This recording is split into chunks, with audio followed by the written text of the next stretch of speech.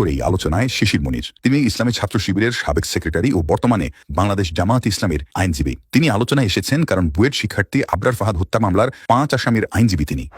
একবার ভাবুন, জামায়াতের একজন আইনজীবী ছাত্রলীগের খুনিদের বাঁচানোর চেষ্টা করছেন, সেটিও ফাহাদ খুনের মতো একটি বহুল আলোচিত মামলায়। ২৭ ফেব্রুয়ারি ২০২৫ সামাজিক যোগাযোগ মাধ্যমে শিশির মনির ঘোষণা দেন আসামি পক্ষের হয়ে আর লড়বেন না তিনি। এই ঘোষণার মধ্যেও কিন্তু শুভঙ্করের ফাঁকি রয়েছে। তিনি নিজে লিখেছেন, হাইকোর্টে ফাহাদের মামলার শুনানি শেষ, পরবর্তীতে যদি আপিল বিভাগে এই মামলা যায় তাহলে তিনি কারো পক্ষে লড়বেন না। অর্থাৎ শিশির মনির আসামিদের হয়ে হাইকোর্টে লড়াইটি আগে শেষ করেছেন। এরপর সমালোচনার মুখে ঘোষণা দিয়েছেন যে আপিল বিভাগে তিনি যাবেন না। অনেকেই হয়তো জানেন না, রানা প্লাজার ভবন মালিক সোহেল রানার আইনজীবী শিশির মনির। যে রানা প্লাজা ধসে নিহত হয়েছিলেন প্রায় ১২০০ মানুষ, সেই ঘটনায় ভবন মালিক সোহেল রানার পক্ষে আদালতে লড়াই করেছিলেন জামাতের এই আইনজীবী।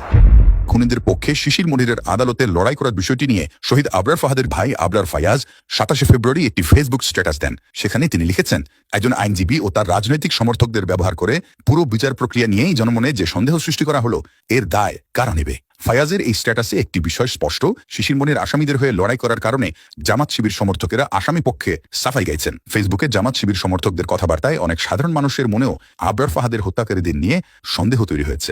ফায়াজ ফেসবুকে আরও যা লিখেছেন তার অর্থ দাঁড়ায়, শিশির মনির আদালতে অনেক চেষ্টা করেও যে ক্ষতিটা করতে পারেননি সেটা জামাত শিবির সমর্থকদের মাধ্যমে হচ্ছে, কারণ তারা প্রচার করছে শিশির মনির যাদের মামলা নিয়েছেন তারা অতটা দোষী নয়। ফায়াজ স্ট্যাটাসে লিখেছেন, একজন আইনজীবী তার পছন্দ মতো যে কোনো মামলা নিতেই পারেন, এখানে আমার কোনো আপত্তি নেই, কিন্তু সে যাদের মামলা নিয়েছে তারা নির্দোষ। এটা কিসের আলাপ ভাই?